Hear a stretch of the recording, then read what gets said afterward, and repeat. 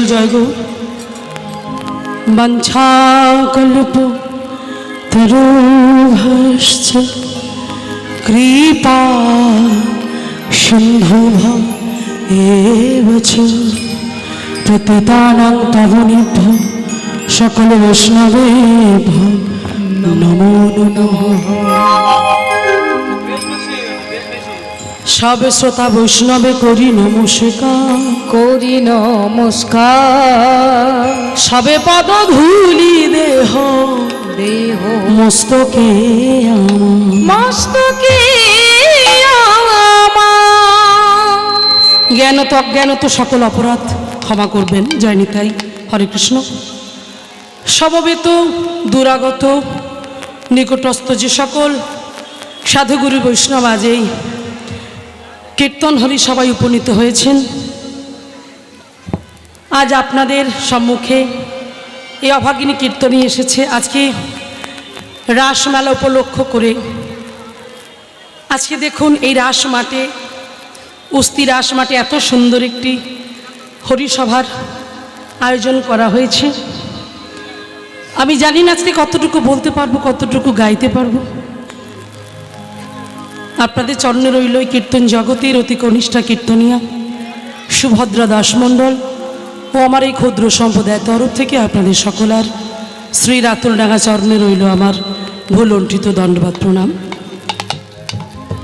প্রণাম জানাই আমার পিতামাতার চরণে, আমার গুরুবর্গের চরণে প্রণাম জানাই এই কমিটির সকল সদস্যবৃন্দের চরণে, যাদের অক্লান্ত প্রচেষ্টায়, ঐকান্তিক প্রচেষ্টায় তিল তিল করে গড়ে ওঠা এই তিলোত্তমা আজকে সুসম্পূর্ণ হয়েছে। প্রণাম জানাবো সেই সমস্ত কমিটির দাদা ভাইদের চরণে, বাবুদের চরণে।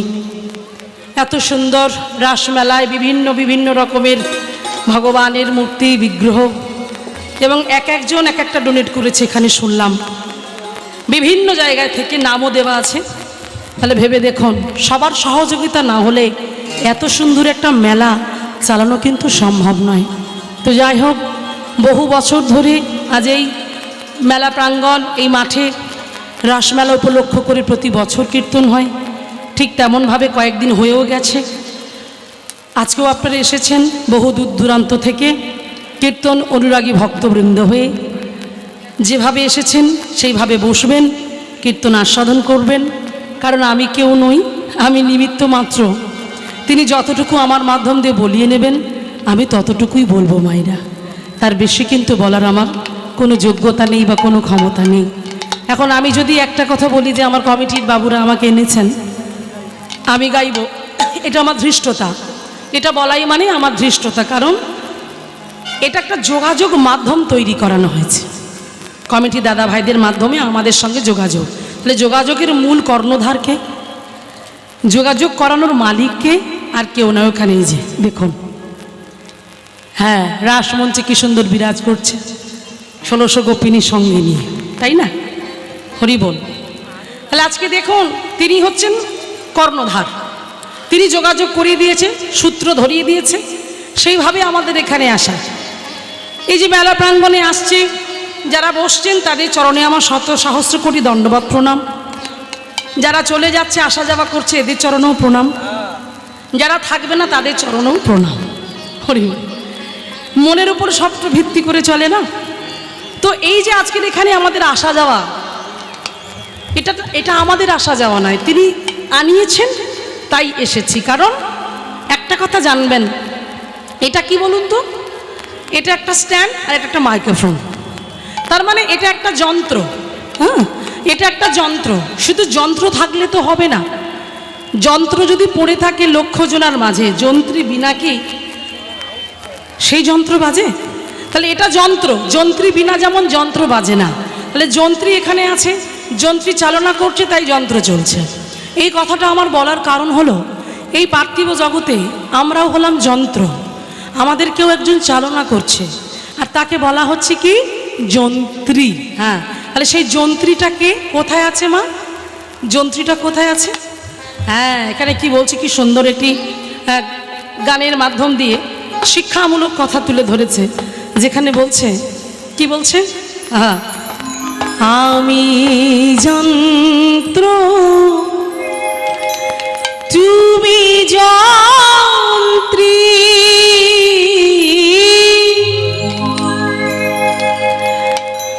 আমি ঘর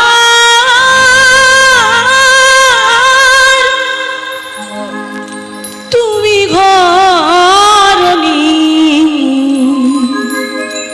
আমি যন্ত্র তুমি যন্ত্রী আমি ঘর তুমি ঘরনি তাহলে আমি যন্ত্র তুমি যন্ত্রী যন্ত্রী হয়ে আমাকে চালাচ্ছ হ্যাঁ তাই আমি চলছি আমি ঘর তুমি ঘরনি তাহলে কোন ঘর মাইরা দেহ ঘর এই দেহ ঘরে ঘরনি আছে বলেই তো আমার ঘরটা চলছে সে ঘরনি যদি চলে যায় ঘর আর চলবে এই ঘরটা পুড়ে ছাই হয়ে যাবে সেজন্য বলছে আমি ঘর তুমি ঘরনি এবারে কি বলছে আমি তুমি রথি তুমি যেমন চালা তেমনি চলে আমি রথ তুমি রথি তুমি যেমন চালাও আমি তেমনি চলে তাহলে এই যে রথ রথ কোনটা রথ দেহটা রথ আমার রথ এই যে এরা যারা বসে আছে এনাদের রথ আপনাদের রথ যারা ওই পাঁচিলের বাইরে আছে তাদের রথ মানে প্রত্যেকের কোন রথ দেহ রথ তাহলে সেই দেহ রথে একটা রথী আছে সেই রথীটাকে দেখা যায় না যায় না দেখা যায় না তিনি বিরাজ করছে কেমন ভাবে সূক্ষ্ম রূপে অনুভব করা যায় কিভাবে অনুভব করবেন একটু বুকে হাত দিয়ে দেখুন একটা শব্দ হচ্ছে কি শব্দ টিক টিক ঠিক করে একটা শব্দ হচ্ছে তাহলে ওই যে শব্দটা ওটাই আমার ভগবান ওটাই রথী ওই রথী আছে তাই আমার রথ চলছে এখন আমরা সবাই গর্ব করে বলি আমার বাড়ি আমার ছেলে আমার মেয়ে আমার আমার আমার আমার আমার তা মায়েরা এই যে আমি শব্দটা বারবার আমরা প্রয়োগ করি এই আমিটা কে জানেন জানা আছে কারো আমিটা কে এই যে আমি আমার দুটো হাত একটা হাত যদি আমার কেটে বাদ চলে যায় আমি মরে যাব কি মায়েরা উত্তর দেবেন মরে যাব যাব না বেঁচে থাকবো আমার দুটো পায়ের মধ্যে যদি দুটোই পা বাদ চলে যায় আমি মরে যাব বেঁচে থাকবো দুটো চোখ দুটো অন্ধ হয়ে গেল মরে যাব না বেঁচে থাকবো তাহলে এই যে বারবার আমি আমি আমি আমিত্বের বড়াই এই আমিটাই যদি চলে যায় তাহলে আমিটাকে হ্যাঁ আমি হলো এই যে ভিতরে যে বসে আছে ঠিক ঠিক ঠিক করে শব্দ একটা হচ্ছে না ওটাই তো আমি আর ওটাই যদি একবার বেরিয়ে চলে যায় কেউ তোমাকে আর চিনবে তোমার নাম ধরে ডাকবে 2-4 দিন কাঁদবে তারপর আবার সব ভুলে যাবে তাই যখন তোমার আমিটা চলে যাবে তখন তোমার এই রথটা দেহ রথটা নিয়ে চলে যাবে শ্মশান ঘাটে বলো হরি বলো হরি বলো হরি শ্মশান ঘাটে গিয়ে দেহ রথটা পুড়ে ছাই হয়ে যাবে সেই জন্য বলছি কিসের এত গর্ব কিসের এত আমিত্ব কিসের এত অহংকার আমি রথ তুমি রথী তুমি যেমন চালা তেমনি চলি এটা অন্তরায় ছিল গানটা এবার স্থায়ীতে কি বলছে গানটা আপনারা যারা জানেন আমার সঙ্গে গাইবেন প্রত্যেকে কেমন চলুন সকলি তোমার ইচ্ছাময় তারা তুমি তোমার কর্ম তুমি করো মা লোকে বলে করিয়া সকলি তোমার ইচ্ছাময় তারা তুমি তোমার কর্ম তুমি করো মা লোকে বলে করিয়া সকলি তোমার ইচ্ছাময় তারা তুমি তোমার কর্ম তুমি করো মা লোকে বলে করিয়া সকলি তোমার ইচ্ছা সকলই তোমারই ইচ্ছা সবই তোমার ইচ্ছা তো তুমি ইচ্ছাময় তুমি ইচ্ছাময়ী তুমি কৃপা করো তুমি করুণা করো কীর্তন শোনবার শক্তি দিও ধৈর্য দিও এই মন নিয়ে হরিবাসরে বসতে হবে জানি না আজকে কতটুকু গাইবো কতটুকু বলবো আশীর্বাদ করবেন আপনাদের চরণদুলি শিরো ধার্য করে নিতাই চাঁদ যেন কৃপা করেন রাধা রানী যেন আমার বদন দিয়ে এই হরিকথা কৃষ্ণ কথা স্মরণ করিয়ে নেয় চলুন বেশি কথা বলবো না লীলায় যাবার আগে আমরা সবাই জানি মহাপ্রভুকে স্মরণ করতে হবে, কারণ সংকীর্তনের পিতা শ্রীকৃষ্ণ চৈতন্য এই সংকীর্তন যজ্ঞে তারে যে বা ভজেন সে হয় ধন্যাতি ধন্য। আসুন সবাই মহাপ্রভুকে স্মরণ করে দু চারটে কথা বলবো, বলে লীলার মধ্যে যাব।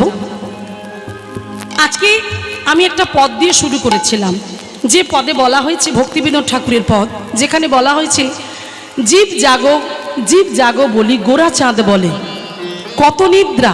হ্যাঁ, কত নিদ্রা। তাহলে নিদ্রা মানে কি জেগে থাকা তো? হ্যাঁ, নিদ্রা মানে ঘুম। তাহলে এখানে কি বলছে মাইরা? জীব জাগো বলে গোরা চাঁদ বলে কত নিদ্রা যাও মায়া পিশাচির কোলে। তাহলে ভক্তমণ্ডলী বাবা, ভক্তিমতী মায়েরা, তাহলে মায়েদের কাছে একটা প্রশ্ন আমার, তাহলে এখন এই মুহূর্তে বলুন, আমরা জেগে আছি না ঘুমিয়ে আছি? আপনারা জেগে আছেন না ঘুমিয়ে আছেন? জেগে আছেন। তাহলে আমার মাথাটা খারাপ হয়ে গেছে মনে হচ্ছে। হরি বল। সবাই বলছেন আমরা জেগে আছি। বাবারা কি বলছেন? জেগে আছি না ঘুমিয়ে আছি? বাবা বাবারা নিশ্চয়ই বিপরীতটা বলবেন। শুনে নিয়েছে তো যে ওরা জেগে আছে, আমরা ঘুমিয়ে আছি, এটা বলে দিই। হরি বল। হ্যাঁ, এখানে কি বলছে দেখুন, বলছে নিদ্রা, এই যে ঘুম, এই যে দেখাটা দেখুন, দেখাটা দৃষ্টি দুই প্রকার, একটা হচ্ছে বাহ্যিক দৃষ্টি, একটা হচ্ছে অন্তর্দৃষ্টি। বাহ্যিক দৃষ্টি দিয়ে দেখতে গেলে আমরা প্রত্যেকে জেগে আছি। আপনারা দেখছেন, আমরা দেখছি, আমরা আপনাদের দেখছি, আপনারা আমাদের দেখছেন, এটা বাহ্যিক দৃষ্টি। এবার অন্তর্দৃষ্টি দিয়ে যদি দেখা হয় তাহলে কিন্তু আমরা কেউ জেগে নাই, আমরা প্রত্যেকে ঘুমিয়ে আছি। কারণ এখানে পদকর্তার পদে কত জোর দিয়ে লাইনটা বলছে একটু শুনুন, যেখানে বলছে জীব জাগো জীব জাগো বলি গোরা চাঁদ ডাকছে, জীব জাগো বলে গোরা চাঁদ বলছে, গোরা চাঁদ ডাকছে। তার মানে এই পদের পরিপ্রেক্ষিতে, কথার পরিপ্রেক্ষিতে ভাবার্থটা কি বলছে? আমরা কেউ জেগে নাই, আমরা প্রত্যেকে ঘুমিয়ে আছি। হ্যাঁ, তাহলে কার কোলে ঘুমিয়ে আছি? মায়ার কোলে ঘুমিয়ে আছি। মায়া আমাদের ঘুম পাড়িয়ে রেখেছে। একটা ছোট্ট শিশু সে যেমন মায়ের কোলে ভালোবাসা আদর খেতে খেতে ঘুমিয়ে পড়ে, ঠিক তেমন করে আমরাও ঘুমিয়ে পড়েছি। কার কোলে? না, মায়ার কোলে। মায়া আমাদের ঘুম পাড়িয়ে রেখেছে। এখন আপনারা আমাকে প্রশ্ন করতেই পারেন যে আমরা তো জেগেই আছি, আমরা ঘুমালাম কখন? এই যে বললাম ঘুমালাম কখন, তার দৃষ্টান্ত দেখুন। মায়েরা, আমাদের বাড়িতে যখন জামাই আসে তার জন্য কত বড় সাইজের থালা বের হয়, খাবার থালা। জামাই যখন আসে বাড়িতে অনেক, দেখো আমার ঠাকুমা দেখাচ্ছে সেখান থেকে, এত বড় থালা। হ্যাঁ বেশ, তাহলে জামাইয়ের জন্য অত বড় থালা। আচ্ছা একটু বলো তো, আমাদের সংসারের মধ্যে আর একজনের থালা আছে, অত বড় না হলেও এতটুকু সাইজের থালা।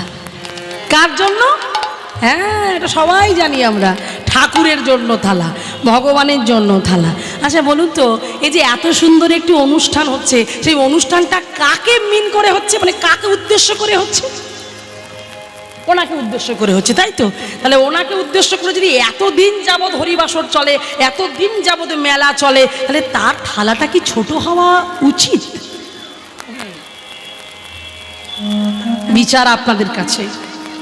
হরি বল। হ্যাঁ, কারণ সে খেতে পারে না, তাই তো? পাথর, মাটি, কাষ্ঠ সাড়া দেয় না, সেই জন্য যা হোক তা হোক দিয়ে একটা চালিয়ে দিলে হলো। হ্যাঁ, সপ্তাহ একেবারে ওই যে সাদা সাদা মতো কি বলে যেন, কি জানো রে? নকুলদানা। হ্যাঁ, নকুলদানা কেনা থাকে না, ওই মানে বয়ামে চলে গেল। এখন ঢালতে ঢালতে বাই চান্স যদি দুটোর জায়গায় চারটে পড়ে যায়, দেখবো টুক করে ঢুকিয়ে রেখে দেবে। হয়তো আপনারা বলবেন দিদিভাই বলছে, মানে দিদিভাই করে না, আমরা করি না। আমরা করি না বলে এতটা জোর দিয়ে বলতে পারি। অবশ্যই আপনি নকুলদানা দিচ্ছেন, দিন, অবশ্যই দিন, আপনার অধিকার আছে দেওয়ার। কারণ যার যেটা ভাব, যার যেমন ভাব তার তেমন লাভ, তাই না? এটা ভাবের উপর নির্ভর করে। অবশ্যই আপনি নকুলদানা দিন, বারণ করছি না, অবশ্যই বাতাসা দিন, বারণ করছি না। কিন্তু যেটা আপনি দেবেন সেটা আপনি পেতে পারবেন তো? যে নকুলদানাটা আপনি ভগবানকে প্রতিদিন দিচ্ছেন সেটা আপনি তুলে খেতে পারছেন তো? প্রসাদ পেতে পারছেন তো? প্রতিদিন একদিন হবে, দুদিন হবে, দেখবেন আমরা কিন্তু খাই না। বাচ্চারা খেলা করলে এই লালটু এনে প্রসাদ দিবে, প্রসাদ দিবি, নকুলদানা তাদের দিয়ে, কিন্তু আমরা কেউ খাই না।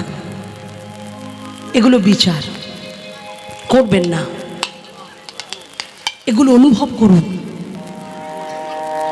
ভগবানের কাছে গিয়ে চাইছি ধ্যানাং দেহি যশাং দেহি পুত্রাং দেহি আয়ুর দেহি দেহি দেহি দেহি। ঠাকুর তুমি আমার এটা দাও, ঠাকুর তুমি আমার ওটা দাও, ঠাকুর আমার সন্তান নিয়ে একটা সন্তান দাও, আমার মেয়েটার যেন ভালো বাড়িতে বিয়ে হয়, আমার ছেলে যেন ইন্টারভিউয়ে পাশ করে ভালো একটা চাকরি হয়। তাহলে ভগবানের কাছে চাইতে পারছি, ভগবানকে দিতে গেলে এত কষ্ট। এই জগতে যেমন কিছু দিলে কিছু পাওয়া যায়, তেমন তাকেও কিছু দাও, তাকেও কিছু দিতে হবে, দেওয়া দরকার। যার কাছ থেকে সন্তান চাইলাম তিনি কৃপা করে দিল, সেই সন্তানের তুষ্টি পুষ্টির জন্য ডাক্তারখানা থেকে সাজেশন চাইছি, ডাক্তারবাবু আমার ছেলের পুষ্টি হবে কি করে, আমার ছেলে বড্ড রোগা, আমার ছেলে যেন কেমন একটা হয়ে যাচ্ছে, কিছু একটা ভিটামিন লিখে দিন না, আমার ছেলে যেন ভালো হয়। আর ভগবানকে কি দিচ্ছি? দুটো নকুল দানা। যে সন্তান তোমাকে দিল, যার কৃপায় তুমি সন্তান পেলে, যার কৃপায় তুমি বাড়ি গাড়ি পেলে, টাকা পেলে, ব্যাংক ব্যালেন্স পেলে, সব পেলে, কেন বলা যায় না? বুকের মাঝখানে জড়িয়ে ধরে বলা যায় না, গোপীনাথ ও গোপীনাথ আমি কিচ্ছু চাই না, তোমার কৃপায় তো আমি সব পেয়েছি, কি নেই আমার, কি নেই আমার, সব তো তুমি ভরিয়ে দিয়েছো, আর চাওয়ার মতো কিছু নেই। দিতে যদি হয় দাও না, তোমার ওই রাঙা চরণ যুগল দুটি ধরার একটু সুযোগ দাও না গোপীনাথ। যদি এমন করে বলতে পারতাম তাহলে মনে হয় আমাদের দুঃখ থাকতো না, জ্বালা থাকতো না। প্রতিদিন না পারো, মাঝে মাঝে তার জন্য একটু কিছু করো মায়েরা, একটু কিছু নিবেদন করো, তাকে দিও, তাকে ভালোবেসো। এই জগৎ সংসারে আমরা যাদের জন্য করছি না, যে ছেলের জন্য এত পাগল, যে স্বামীর জন্য পাগল, জানবে এ দুনিয়া স্বার্থের দুনিয়া, এ দুনিয়ায় কেউ তোমার নয়, কেউ আপন নয়, কেউ নিজের নয়। আজ আছি কাল থাকবো না। তাহলে যাদের জন্য করলাম ভেবে দেখো, সকালবেলা উঠে ছেলে খেয়ে স্কুলে যাবে, স্বামী খেয়ে কাজে যাবে, তাদের জন্য গরম গরম ভাত করে মুখের সামনে দিচ্ছি, সেই সময় একটু কিছু ছিল তাতে আমি পেয়ে নিলাম। তাহলে এইভাবে দুপুরবেলা চলে গেল, রান্না বান্না, বৈকালবেলা আবার কি সুন্দর করে টিফিনের জোগাড় করে আবার সিরিয়াল দেখতে বসে গেলাম। তাহলে একের পর এক কাজ হয়ে যাচ্ছে, আমি সকল কাজের পাইহে সময়, তবু তোমারে ডাকিতে পারি না। আমি চাহি দ্বারা সুত সুখ সম্মেলন, আমি তবু সঙ্গ সুখ চাই না। তাহলে আমার সব কিছু হচ্ছে, কিন্তু তোমার কাছে আমার যাওয়া হচ্ছে না। আজকে যাকে তুমি আমি অবহেলা করছি, ভেবে দেখো তো, যেদিন তুমি পৃথিবী ছেড়ে চলে যাবে, যেদিন তুমি আমি পৃথিবী ছেড়ে চলে যাব, যাদের জন্য এই পরিশ্রম, যাদের জন্য বাবারা দাদা ভাইরা সকালবেলা চলে যাচ্ছে, কোনো রকম মুখে দিয়ে বেরিয়ে যাচ্ছে, পরে কি মরি ট্রেনের জার্নি করে কত কষ্ট। Please subscribe my YouTube channel and like, comment, share please.